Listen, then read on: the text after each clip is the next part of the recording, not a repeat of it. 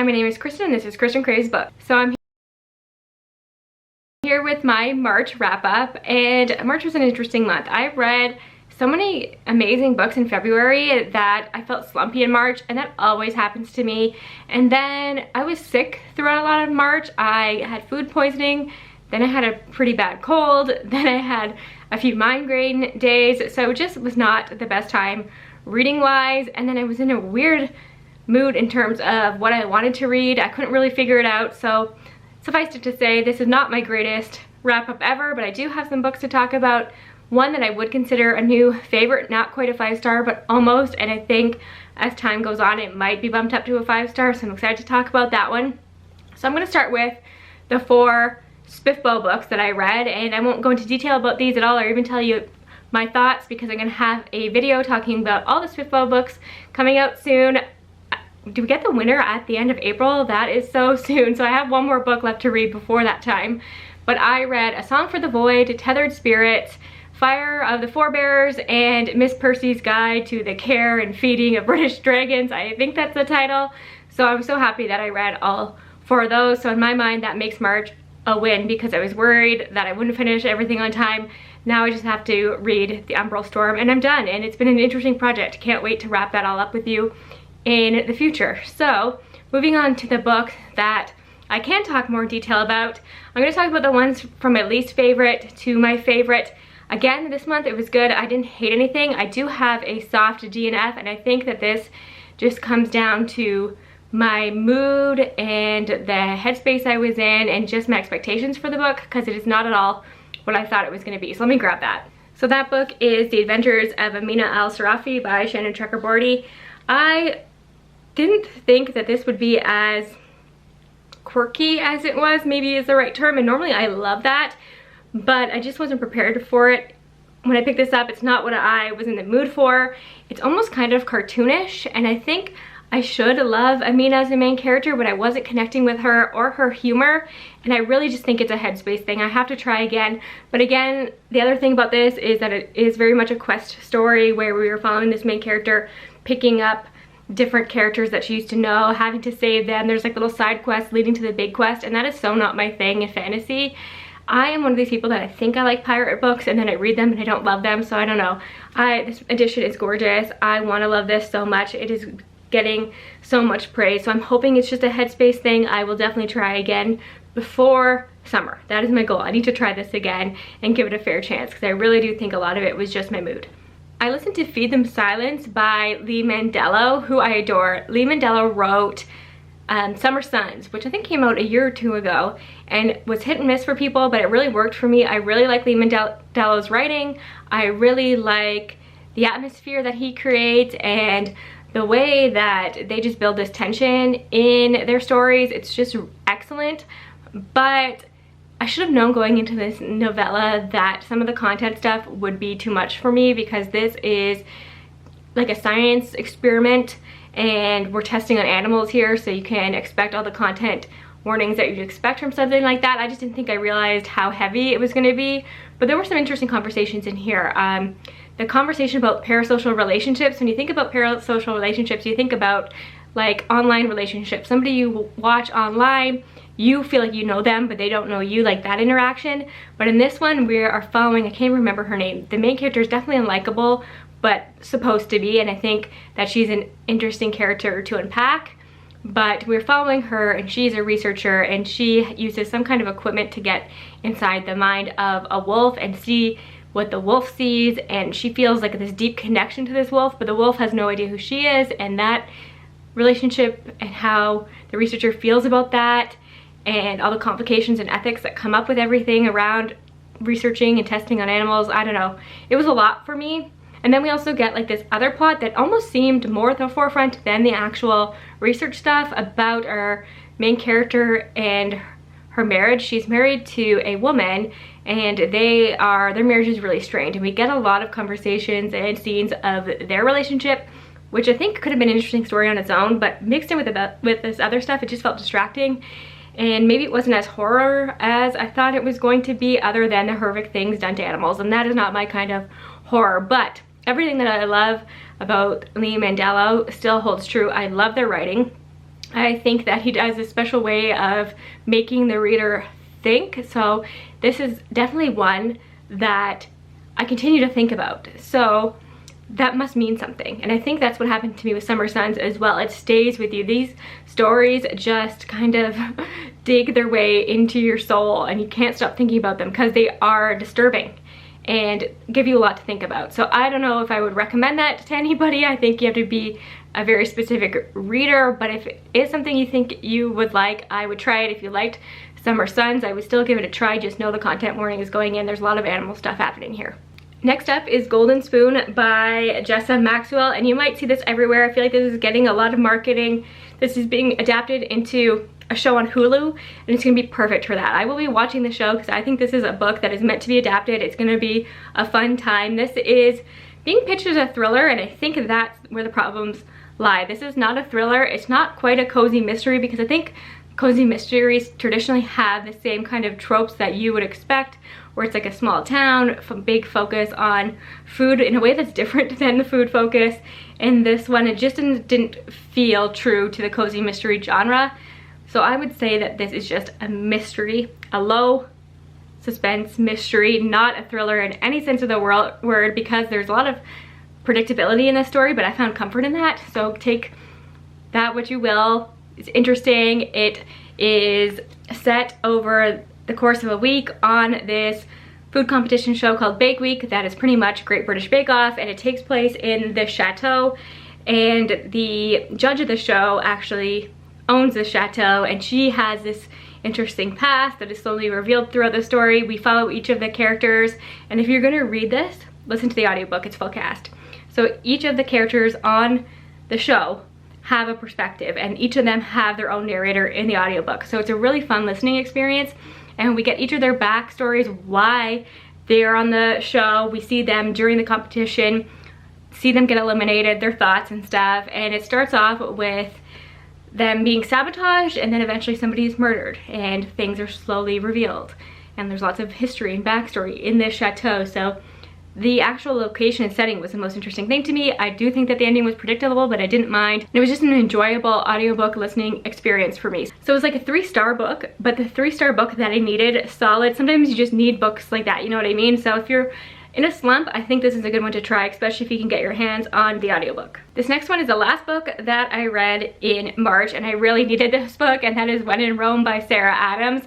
This is, again, a foodie romance. You know I love a foodie romance. This is up there as one of my favorites. I know people love Sarah Adams. This book has so many of my favorite romance tropes. It is following a celebrity who has a romance with a normal person.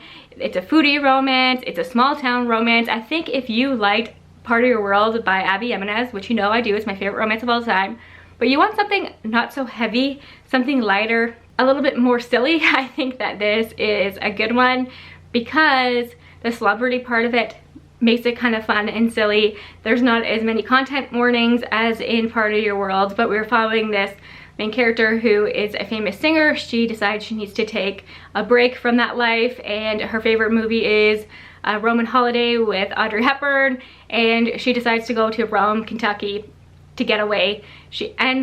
Her car ends up breaking down in the yard of this man, and they end up having a really sweet romance. He happens to own a pie shop. He bakes pies for a living, which I love, and he is a character that you can tell is written by a woman. He's like a man written by a woman, and sometimes I just need that in my romances. Sometimes that's all I want. He is so respectful and considerate, and there are just some really sweet moments between them, and he's always thinking of her best interest, even though he has his own hang-ups because he's been burned in the past. And then of course she's a celebrity, so they would be in a long distance relationship, and she's got her own problems, her relationship with her mother and her manager and everything. But the whole thing was so sweet. And he has these 3 sisters who I adore, and I think they are all going to be the stars of their own romances. So one of the sisters, Annie, is going to be in Sarah Adams' next book, and I think that's so great, and I'm just so excited about the whole thing. It was just what my heart needed in that moment.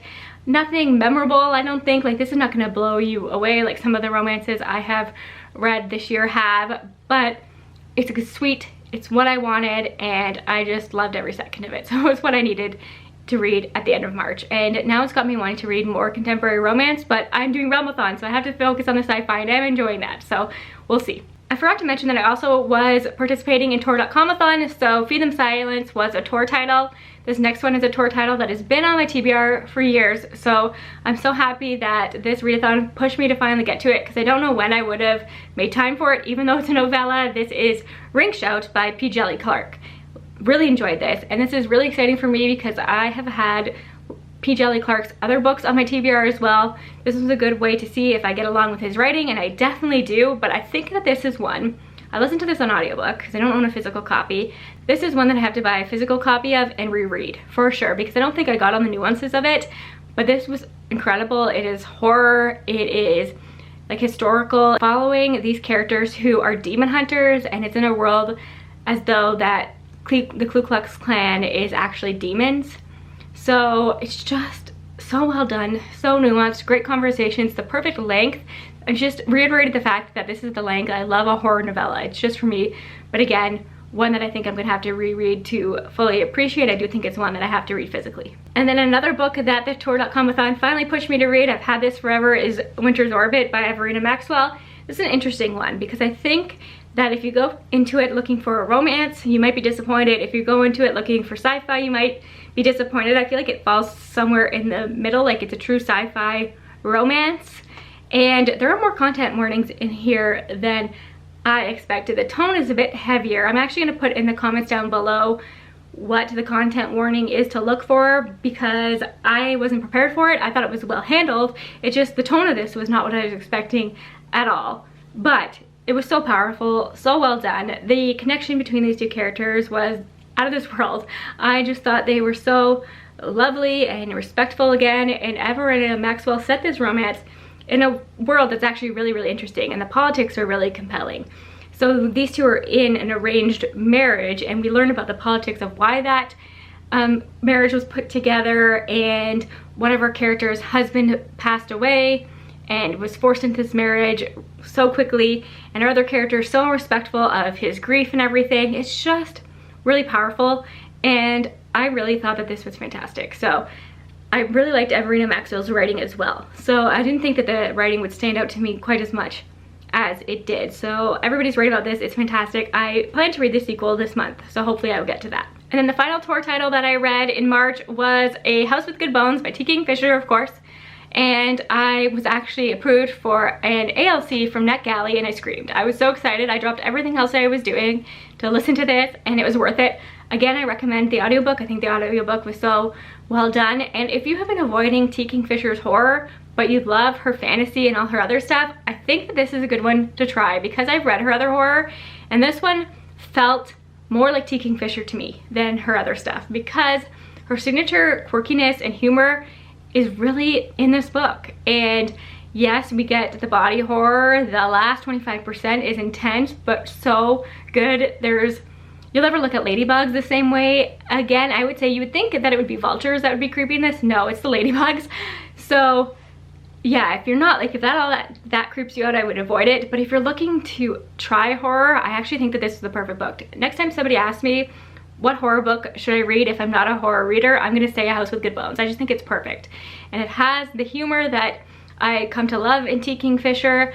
The atmosphere is fantastic. It's following a woman who is going, she's like a archaeologist, but the dig is canceled when they find human remains, and she's already given up her apartment, so she has to go live with her mom during this time. And she goes home, and everything about her mom's house is different. The walls are painted white. There's no warmth in the home anymore. Her mom is acting really strange, and it's just her investigating what's happening here.